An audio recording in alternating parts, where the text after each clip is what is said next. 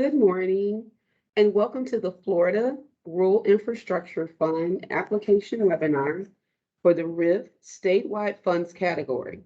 I am Sharita Jackson, Deputy Bureau Chief for the Bureau of Small Cities and Rural Communities.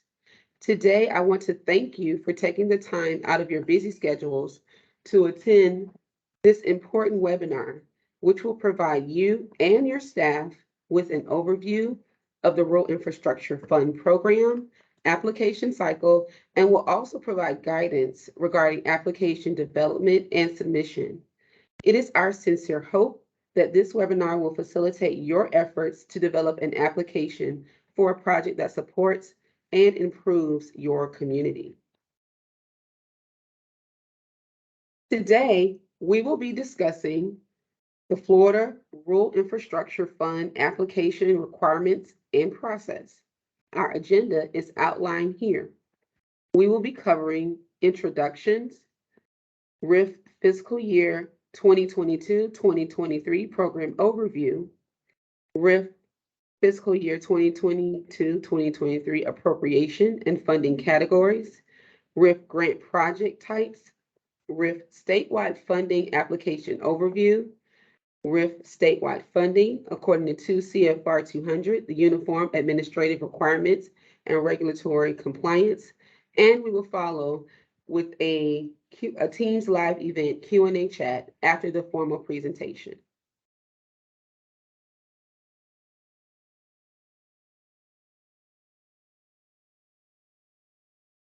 The Rural Infrastructure Fund program is a reimbursement grant program administered by DEO's Bureau of Small Cities and Rural Communities.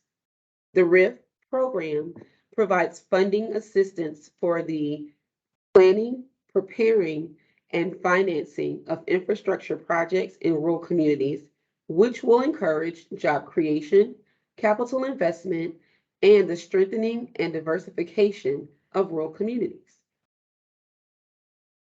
The 2020 legislature appropriated a total of $30 million for the fiscal year 2022 through 2023, the RIF program that includes $25 million from the federal, state, and local recovery funds for the RIF statewide funding and $5 million from state funds for Calhoun County, Gadsden County, Holmes County, Jackson County, Liberty County, and Washington County.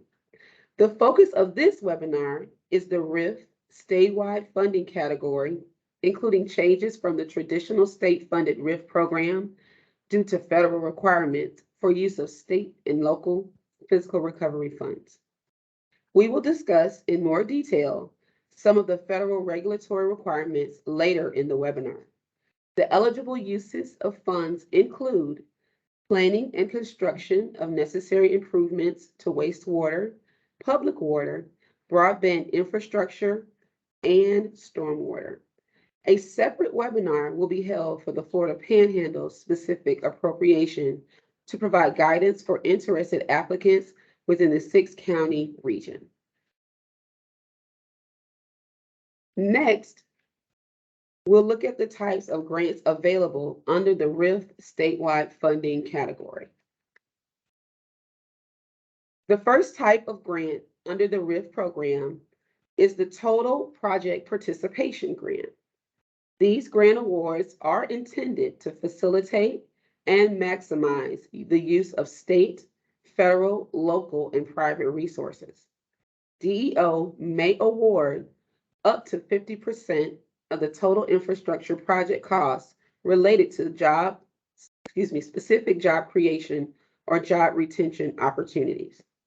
A participating party or job creator is required, and the application must include a participating party letter documenting the number of new or retained jobs and amount of capital investment to be provided.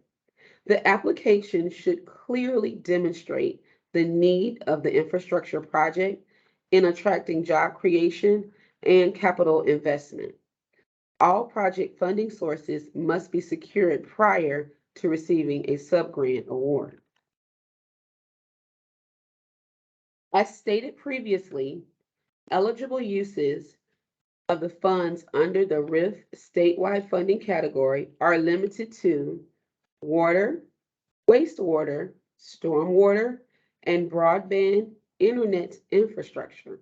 So, this list is applicable for those types of infrastructure improvements for industrial or commercial sites, upgrades to or development of public tourism infrastructure, improvements to access and availability of broadband internet service, and improvements to inadequate infrastructure that has resulted in regulatory action.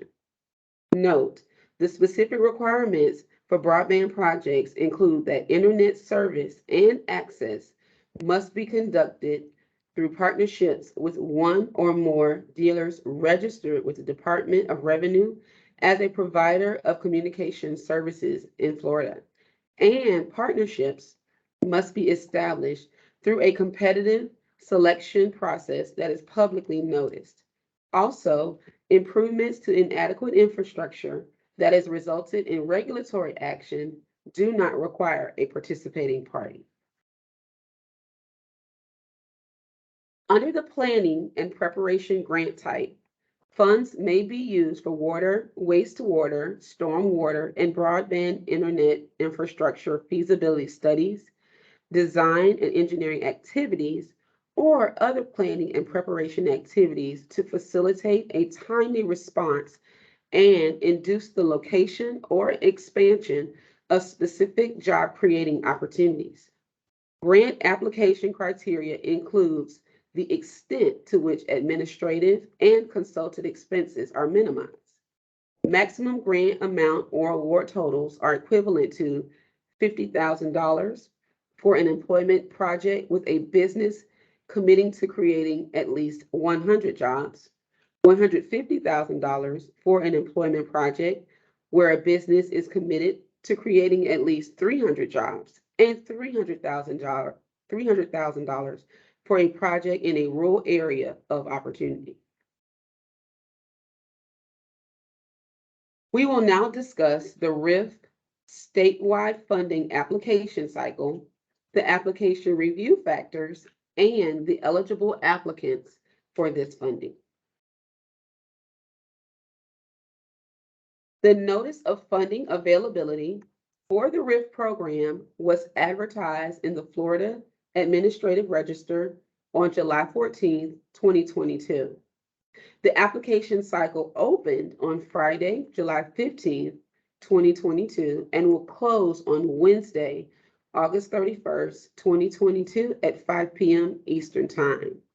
The application form is available for download on the RIF webpage at www.floridajobs.org/RIF.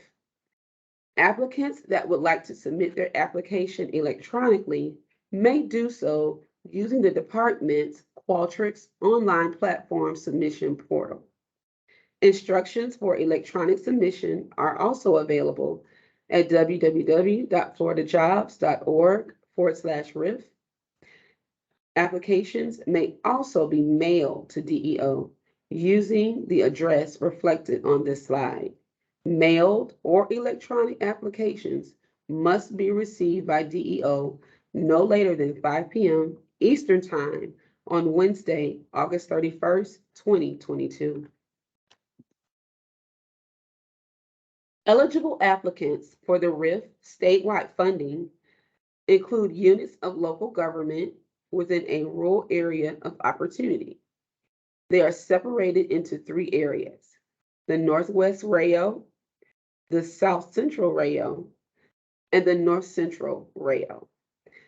Eligible applicants also include rural county or communities as defined by Section 288.0656 of the Florida statutes, and the Ready Eligible Counties and Communities list is available on the website at floridajobs.org/RIF. RIF grant applications should clearly demonstrate the economic benefit of the project and its long-term viability. Evaluation of applications will include, but are not limited to, the project's potential for enhanced job creation or capital investment, whether the project is located in a community development corporation, CDC, service area, the unemployment rate of the county in which the project is located, the poverty rate of the community, and whether infrastructure improvements are necessary if applicable. As mentioned previously in the presentation, because this grant is federally funded, there are additional federal requirements for grant awards under the RIF statewide funding category. This includes regulations under 2 CFR 200, Uniform Administrative Requirements.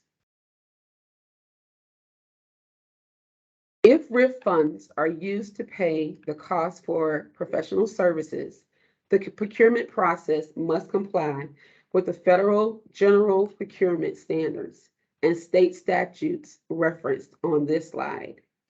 A separate procurement is needed for each service on the RIF subgrant.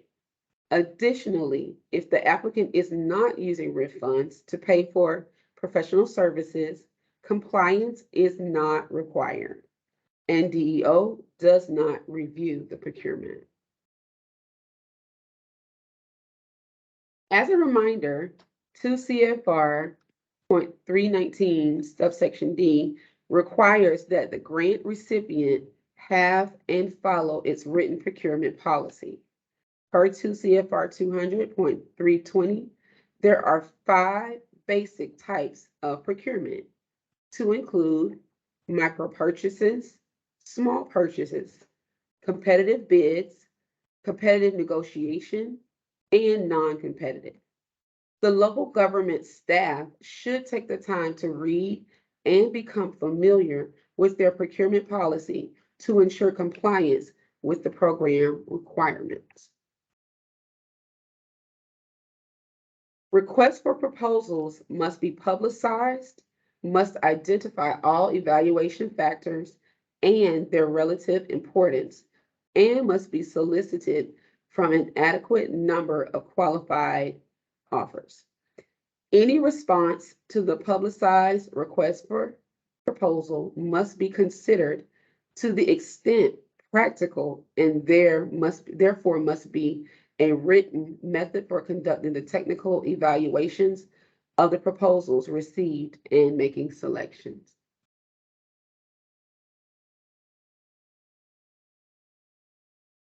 Section 287.055 Florida statutes, otherwise known as the Consultants Competitive Negotiation Act, governs the procurement of professional services, such as engineers and architects.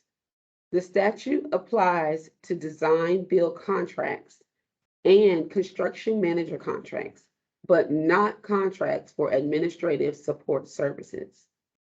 Per section 287.055 Florida statute, covered consultant proposals must be evaluated and ranked based on qualifications. It is unallowable to solicit price information prior to beginning negotiations for such.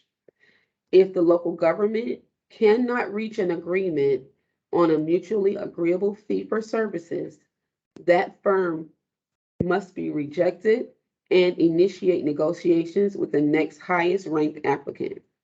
They cannot return to a firm after ending negotiations and moving on to the next highest ranked firm. If the local government reaches an agreement regarding the cost of services, a detailed cost analysis must be conducted. A detailed cost analysis is one that breaks out direct costs, such as the cost of salaries and benefits, as well as indirect costs and the cost of additional engineering services. The detailed cost analysis must list profit as a separate line item. Profit may not be loaded into the negotiated rates to be paid for salaries and benefits. Per 2 CFR 200.319, the local government must employ procedures that encourage competition. Procurements that employ procedures that undermine competition will be rejected by DEO. DEO will review the public notice relative to procurement to ensure compliance with federal code, state statutes, and administrative code. The evaluation criteria used for review of proposals must have been available to all proposers either by including them in the advertisement or embedded in the RFP. DEO recommends that local governments provide training to the evaluators before they review and score proposals. Evaluators must use the published evaluation criteria, which may not be altered after advertisement. If DEO identifies any issues related to the procurement, it must be resolved before DEO can approve the procurement. Remember, evaluation factors must be relevant to the work to be performed, and they must be measurable. Price must be a factor when soliciting proposals for administrative services, but not for engineering or architectural services. The ranking procedure used by the local government must be applied consistently for all proposals being reviewed. Local governments should give consideration to whether or not the procedure being used may be subject to manipulation and revise procedures to ensure open and fair competition.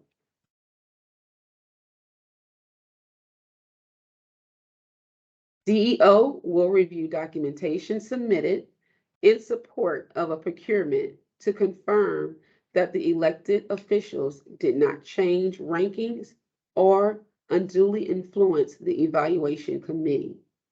It is allowable for an elected official to serve as an evaluation committee participant. An evaluation committee can be used to shortlist or identify the top 3 to 5 proposals. The procurement policy must be followed in such instances. Remember that ranking establishes the order of consideration for professional services covered by the Consultants Competitive Negotiation Act. If negotiations do not result in an agreement with the top ranked firm, that firm must be rejected and the next highest ranked firm will be engaged for negotiations.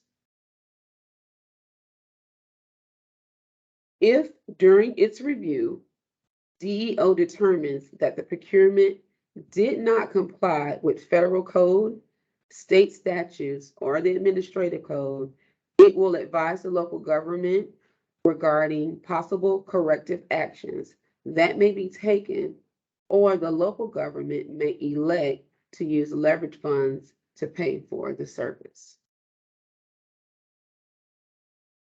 A price or cost analysis must be conducted with each procurement. A price analysis is done if price was an evaluation factor. A price analysis gives consideration to other prices for comparison.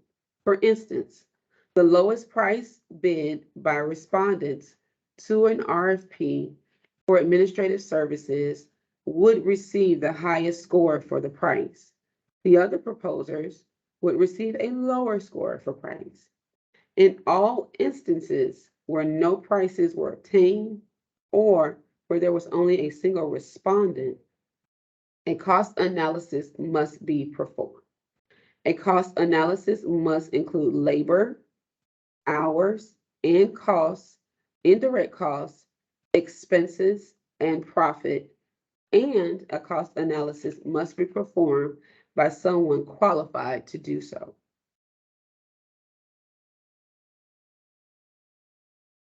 The following information provides broad guidance on the regulatory compliance requirements for the fiscal year 2022-2023 RIF statewide funding. Interested applicants are encouraged to visit our website at www.floridajobs.org/RIF for detailed information and specific statute and regulation citations. Audit recipients expending $750,000 or more from all federal sources, not just the RIF award, within a fiscal year are required to have a single audit conducted for that fiscal year. Civil rights recipients must comply with applicable statutes and regulations prohibiting discrimination. A complete list of applicable statutes and regulations are listed on the website. Environmental review. Pursuant to the U.S. Department of Treasury and SLFRF guidance, applicable federal environmental laws and regulations will apply. DEO will review applicable environmental documents for compliance. In regards to financial management, DEO will monitor recipients to determine compliance with the financial requirements of 2 CFR Part 200 and other regulations applicable to the RIF program, including Section 218.33 of the Florida statute. Typically, ledgers, invoices, canceled checks, bank statements, and requisitions are reviewed to see whether the recipient has an adequate system of financial management. DEO may also make specific requests to review information or documentation relating to the financial management of a grant.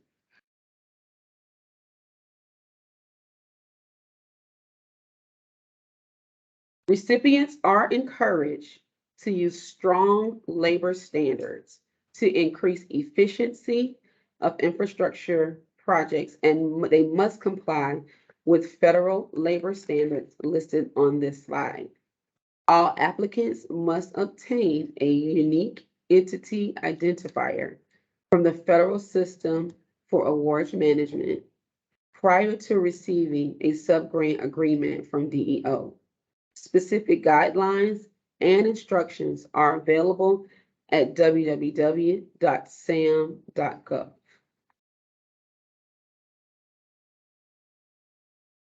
Local government employees, officers, or agents, members of their immediate families, their partners, or people about to be employed by a proposer may not participate in the procurement process at any level. It is not possible to waive a conflict of interest. The only thing that can be done is to disclose the conflict and step aside. At this time, we will take a break for about 10 minutes. And if you have any questions, we ask that you enter them into the Q&A chat portal at this time. We will return at 10:35.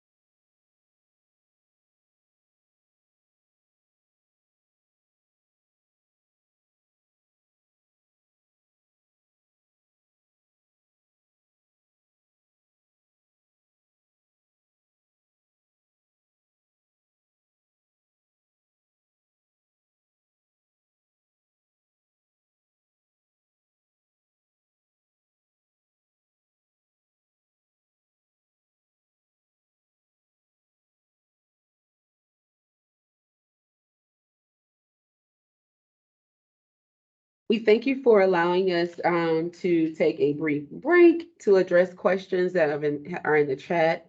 Please know that even after this presentation is over, you are more than you can also email us at riff@deo.myflorida.com to submit additional questions. We'll kind of roll through the questions that are in the chat as they come. The first question we received was there a requirement for job creation for rails? And no, that is not applicable as it relates to the rails for the job creator component. The next question from Ron Van Zant. For applications submitted by a rail under the project planning and preparation grants category, what information is needed to document job creation? More specifically, does a rail or listed local government need to identify a participating party and have them commit to a specific number of jobs? Additionally, if the participating party is needed to apply, what documentation would a rail need to submit with the application? And will DEO add the participating party form to the website as the application indicates a form is available? So when they initially submit the application, they will need to include in that application information regarding the participating party. They'll need to put in include the number of jobs that they will be creating and any capital investment information they think that will be added to it. DEO will be adding a participating party form to the website. We're hoping, our plan is hopefully as early as next week. Okay. There was a question regarding the RFP selection. At this time, we're going to take this question and provide ask that you email the website at riff@deo.myflorida.com to so that we can provide specific information related to the request for the RFP selection. The speaker emphasized RIF funds could be used for water, wastewater, broadband infrastructure improvements, but we didn't hear transportation improvements. So basically, this is for the statewide funding, and which is specifically related to those water, wastewater, and broadband infrastructure improvements. That's not, transportation improvements will not be eligible for this funding. What happens if a job producer is unable to provide the jobs they indicated in their original commitment? This is an issue that is more addressed on a kind of case-by-case individual basis. It will have to be reviewed by the grant manager and a solution to be determined at that time. Our next question: if a county is not on the county list but contains cities within the city list and rail, is the county still eligible as an applicant for this grant infrastructure improvements? Also, could county infrastructure improvements within cities on the approved list be considered a part of this grant? We're not certain specifically what county you're asking about. The eligible entity would be, in our opinion, the city that's listed on the eligible communities list. If you have additional questions regarding that, we encourage you to just submit an email or request and we'll address those at that time. Does DEO conduct a NEPA review, or is this the responsibility of the applicant? Other states have concluded that ARPA state recovery funding for similar programs are not required to comply with NEPA. There is no environmental review process, but we will review the construction contracts for things such as the Clean Air Act. NEPA is required only similar to CDBG program. Can counties that are part of the specific appropriation apply for this funding also? To date, we have been informed that those specific appropriations are specifically for those listed panhandle counties, and that the statewide funding may not be available. However, we will get additional information on this information as well. So if we could get Hunter, Mr. Potts, to please send that to the email, we'll address that as well.